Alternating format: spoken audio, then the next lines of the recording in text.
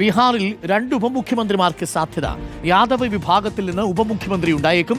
ചിരാഗ് പാസ്വാൻ സമ്മർദ്ദം ശക്തമാക്കുന്നുവെന്നാണ് വിവരം. നിർണായക വകുപ്പുകൾ വേണമെന്നും LJP ആവശ്യപ്പെടുന്നുണ്ട്. 3 മന്ത്രിസ്ഥാനം നൽകി എന്നാണ് വിവരം.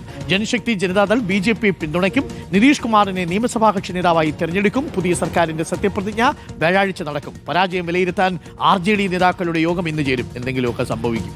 അതേസമയം ലാലു പ്രസാദ് യാദവിന്റെ മറ്റു പെൺമക്കൾ കൂടി വീട് വിട്ടു എന്നാണ് അറിയുന്നത്. അതിൽ പാലോട് ആദ്യം നമുക്ക് ഈ RJDയിൽ സംഭവിക്കുന്നത് എന്താണ് എന്ന് പ്രേക്ഷകരോട് പറയാം.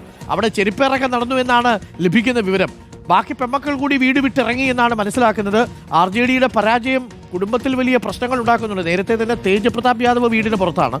ഇപ്പോൾ ഈ പെൺമക്കൾ കൂടി പുറത്തു പോകുമ്പോൾ തേജസ്വി യാദവും ലാലു പ്രസാദും റാബ്രിയും മാത്രമാവുമോ വീട്ടിൽ?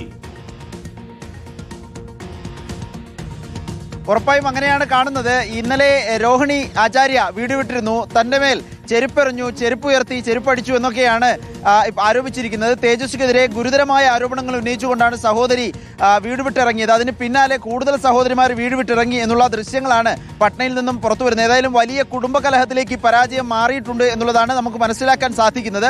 തേജസ്വിക്കെതിരെയാണ് എല്ലാ സഹോദരിമാരും ഉള്ള ഒരു സഹോദരൻ തേജ് പ്രതാപും വിമർശനം ഉന്നയിക്കുന്നത്. തേജസ്വിയും ഒപ്പമുള്ള ഉപദേശകനായി ഒപ്പമുള്ള സഞ്ജയ് യാദവും റമീസ് എന്ന ഒപ്പമുള്ള നേതാവുമാണ് ഈ പ്രശ്നങ്ങൾക്കൊക്കെ കാരണം.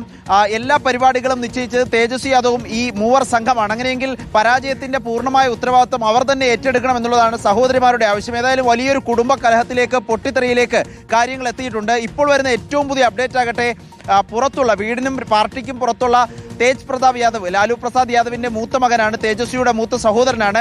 പുതിയ പാർട്ടി രൂപീകരിച്ച് ജനശക്തി ജനതാദൾ എന്ന പാർട്ടി രൂപീകരിച്ച് മത്സരിക്കുകയും പരാജയപ്പെടുകയും ചെയ്തിരുന്നു. ഇപ്പോൾ ജനശക്തി ജനതാദൾ BJPക്ക് പിന്തുണ നൽകുന്നു എന്നുള്ള പ്രഖ്യാപനം വന്നിരിക്കുകയാണ്. അതായാലും വളരെ പ്രധാനപ്പെട്ട നീക്കങ്ങളാണ് RJDയിൽ ഉണ്ടാകുന്നത്. RJD ഇന്ന് തെരഞ്ഞെടുപ്പ് പരാജയം വിലയിരുത്താൻ പട്നയിൽ യോഗവും ചേരുന്നുണ്ട്. അരുൺ, മറ്റൊരു പ്രധാന കാര്യമുള്ളത്, സർക്കാർ വ്യാഴാഴ്ച പുതിയ സർക്കാർ അധികാരമേൽക്കും. 2 ഉപമുഖ്യമന്ത്രിമാരുണ്ടാവും. ജനശക്തി കുറച്ചധികം സമ്മർദ്ദം ഇടുന്നുണ്ട് എന്ന് കേട്ടു.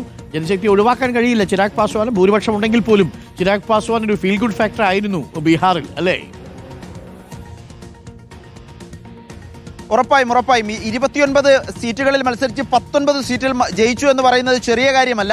കഴിഞ്ഞ തവണ ലോക്സഭയിൽ 5 സീറ്റിൽ മത്സരിച്ച് 5 സീറ്റിലും ചിരാഗ് പാസ്വാന്റെ പാർട്ടി വിജയിച്ചിരുന്നു. അതുകൊണ്ട് തന്നെ അവഗണിച്ചൊഴിവാക്കാൻ കഴിയില്ല എന്ന് തന്നെയാണ് BJP കാണുന്നത്. പക്ഷേ ഉപമുഖ്യമന്ത്രി സ്ഥാനം എന്ന ചിരാഗിന്റെ ആവശ്യം അംഗീകരിക്കാൻ സാധ്യതയില്ല. 3 വകുപ്പുകൾ, അത് ചിരാഗിന്റെ കൂടി അഭിപ്രായം പരിഗണിച്ചുകൊണ്ടുള്ള വകുപ്പുകൾ നൽകാം എന്നുള്ളതാണ് നിലവിലെ ധാരണ.